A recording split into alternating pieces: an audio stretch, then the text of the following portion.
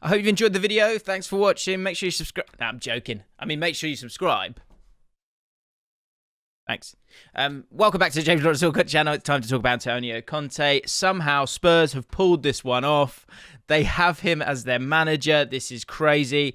And what I want to do in this video is, I guess, touch on the fact that he's even got the gig. But secondly, dive into Antonio Conte as a manager, have a look at his Inter team and see how that could be relatable to Spurs.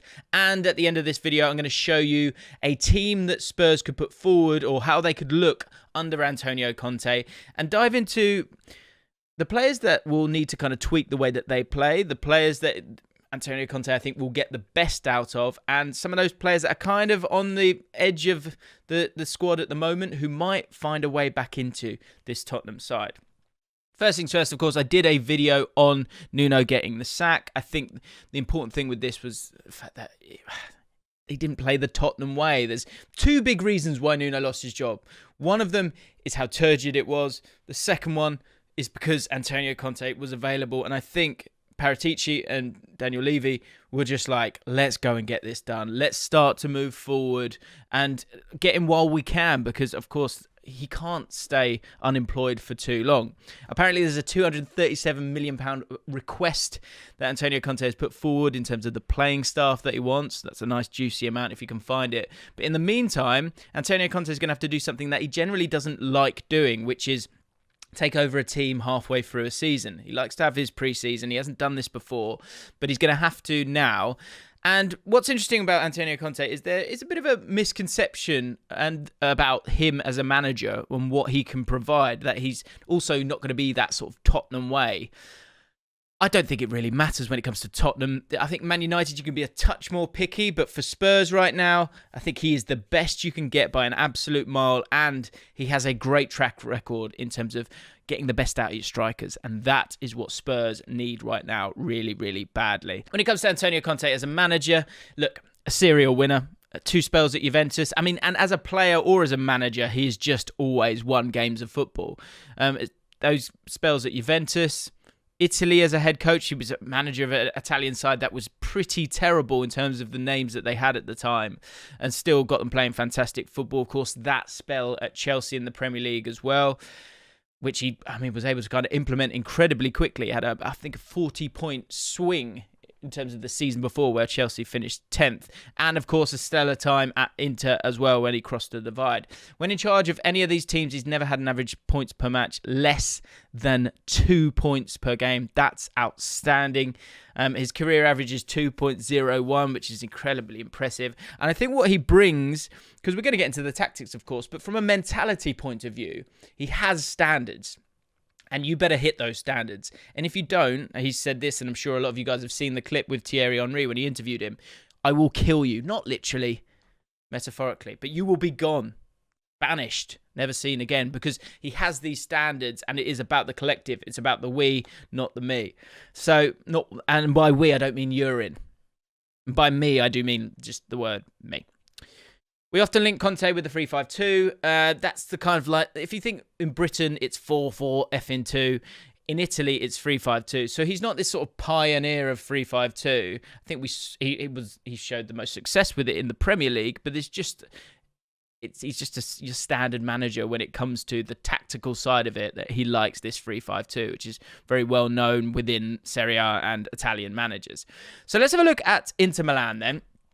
I want to show you this game from February. This was a 3-0 victory in the Milan derby between AC Milan and Inter Milan. And this is pretty much how Conte would like to set up his teams.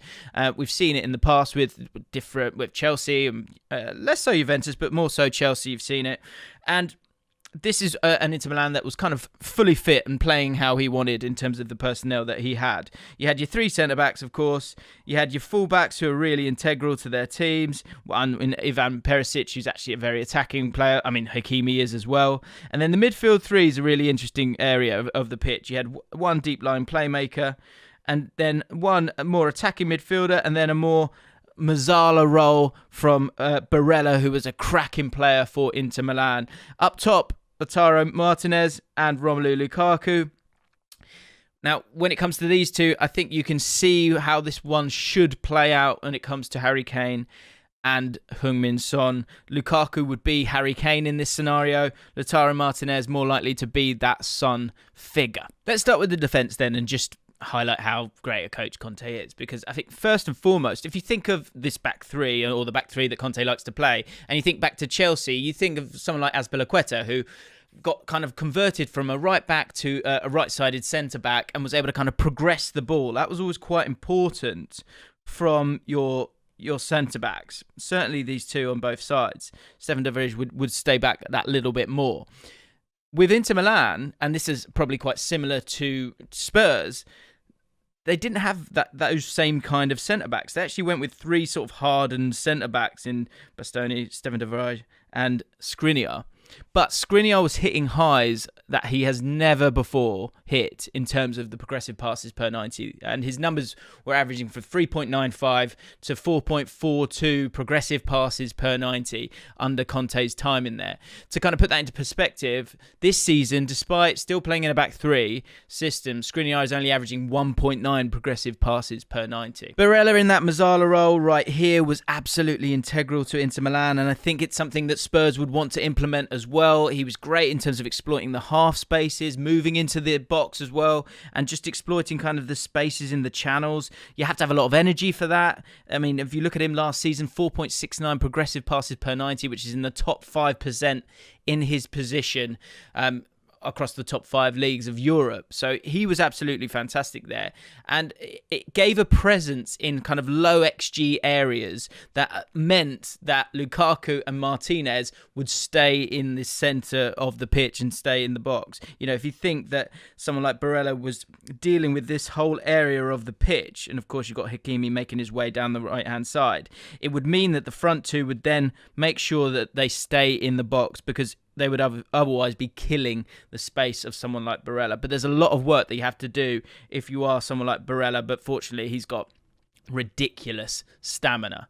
When you're looking at something like that, there's a few options we're going to get to in a second when it comes to Spurs and who could maybe fill that role. One person specifically I think I'd like to earmark for it, and we'll dive into that in just a second. In terms of this 77 position, 77, I mean that's number 77, that's Brozovic. Crucial for setting the tone, something that's incredibly ingrained in Italian football now since those sort of Pirlo days. It's kind of gone on, and Jorginho, of course, you see it now, Brozovic as well. He set the tone, dictating the play via his exceptional use of range of passing and his understanding kind of where to be and when to be, getting on the ball as much as possible, helping out those two centre-backs. So you have that kind of solidity, but you're also able to kind of get yourself up the pitch. He was crucial in terms of switching play as well to get the ball to those wide players like Perisic and to Hakimi. This is an area of the pitch where Spurs are maybe struggling a little bit. And so that might be an area of concern, and an area where if we've got this war chest for Antonio Conte, that might be the spot where he looks to go and buy a player that can do a job for him. Somewhat ironically, Christian Eriksen was that attacking playmaker, and why not? Why not bring him back? At the moment, he's not allowed to play in Italy because of his pacemaker. He fits that role beautifully. He knows the club. He loves the club. The club loves him. So that might be a really obvious deal to be done at a cut price in January as well. But of course, there are other options there as well in the current playing squad. And finally, getting the best out of Kane and Son.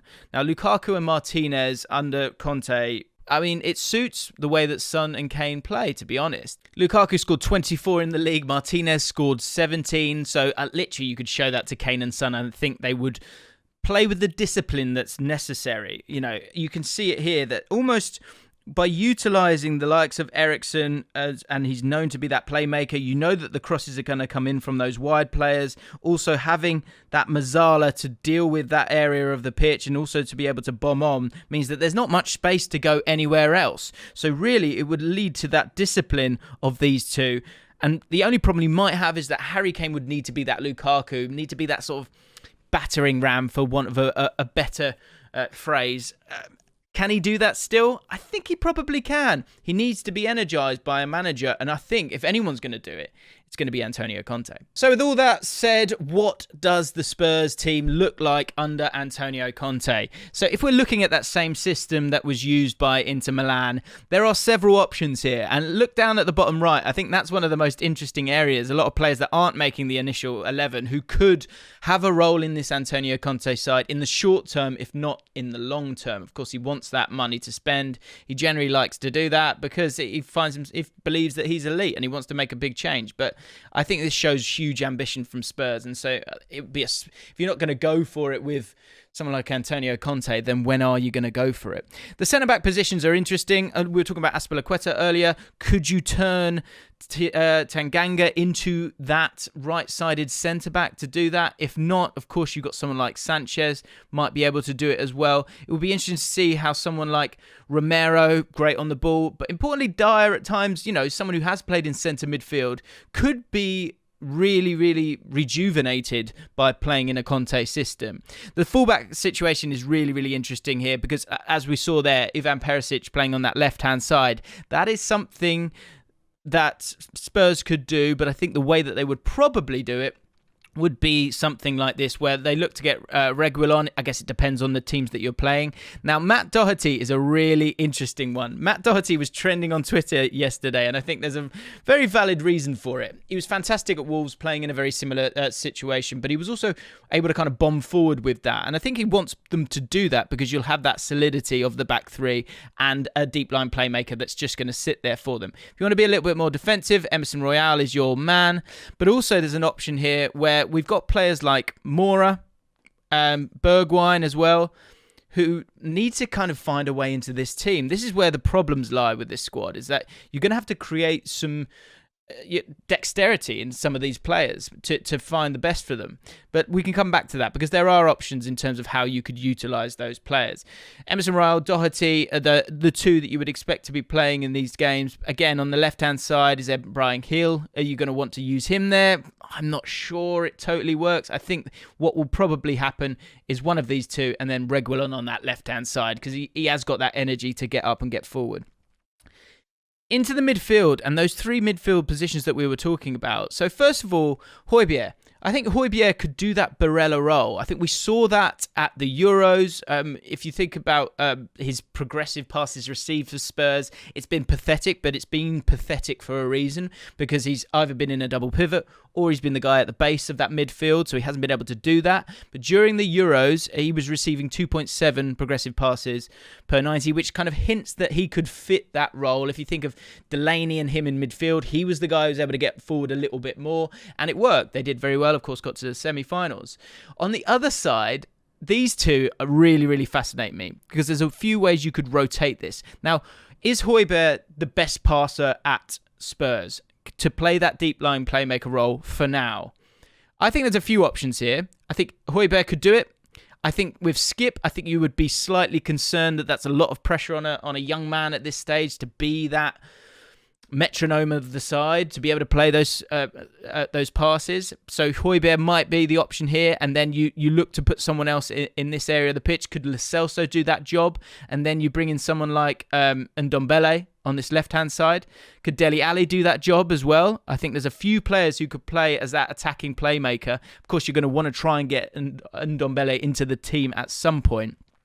I guess the problem is, are you going to feel a little bit light? I think this player is so important defensively, or these two. And then from an attacking point of view, it's these two that are so important. Could Ali be turned into a different kind of player? That's really interesting to me. And I think when it comes to Conte and his high standards in terms of attitude, that's going to be an interesting one as well. We'll truly find out. Does Ali get bombed out? Does Ndombele get bombed out because there has been previous misdemeanors? I mean, that's just a shite sentence. I apologise. But you know what I mean. He doesn't mess about with certain players. And he wants those high standards. So it really will be now or never for someone like Ali, because he will kind of be left. And there is an opportunity there if he wants to work hard for it. The final player that I do want to talk about as well, because what you could do, say you want Lo Celso or Ndombele, depending on the situation. Let's go with Ndombele for a bit. Højbjerg, we want to play in that Mazzala role, being that sort of box-to-box player. Is there a way back in for Winks? Now, Winks obviously isn't playing a lot of football at the moment, but in terms of someone getting on the ball and just switching it, he is very good at that and might be an option for Spurs. You know, we've seen it before with a lot of players, and certainly with Antonio Conte, his ability to bring Victor Moses and turn him into a right wing back and make him amazing. Marcos Alonso, no one really thought he was going to be up to a standard at Chelsea, and was. I think there's going to be a player in this squad that is going to have their career turned around, because with him, it's about doing your job for the team. And if Harry Winks can do the best job for the team, then why not bring him back in? In terms of those front two, as I said, Harry Kane will kind of be that bit more of a battering ram, need to stay in the middle. But I think if the crosses are quality, then that's a great thing for them. And that might be somewhere where you get Doherty more involved. They might look to use Mora on this right-hand side, Bergwijn on this right-hand side. They might look to use Mora, who's been one of the better players for them this season, in that role as well if Son has to come out. That would be my only concern, is that you have quite a few players who generally play out wide. And how are you going to fit them all in? The answer is, you're not. But it's interesting. And the ultimate thing is you have to go all in with Antonio Conte. And I don't think there's a single player in this squad right now that is too good to be left out or to be built around, aside from Harry Kane and Son. So if you're playing those two up top, you're getting the ball up to them, a bit like we saw with Man United at the weekend, then why not? Because for this Spurs team to go anywhere in the near future, those two need to be firing. Overall, I think this is an amazingly exciting appointment for Spurs. You've got to be buzzing with this, guys. Let me know, Spurs fans, how you're feeling about this one. Only potential downside, I wonder if the Paratici relationship with Conte is fantastic. Daniel Levy has said that he's going to stick with commercial endeavours and stay away from the footballing side, but he seems to have come back to it quite quickly. Can Conte deal with any kind of micromanaging or looking over the shoulder from him, if that comes to be? That would be a frustration to Antonio Conte, I would presume. But I think they are at the mercy of Conte at this moment in time because of his reputation, because of his ability to win trophies, which is all that Spurs fans, of course, want. And so because of that, I think he will be given free rein and total autonomy, which I think is sometimes seen as a scary thing in this case for a team like Spurs that is severely lacking in terms of how it's been coached so far this season and how it's performed. I think that autonomy is a cracking thing for this football club right now. So there you have it. That's how Spurs could line up. Which player do you think could come out of the wilderness and back into this team? Let me know in the comments below. If you enjoyed this video, please do consider hitting the like button for me. Subscribing to the channel, of course, as well if you've enjoyed it. And I'll see you next time.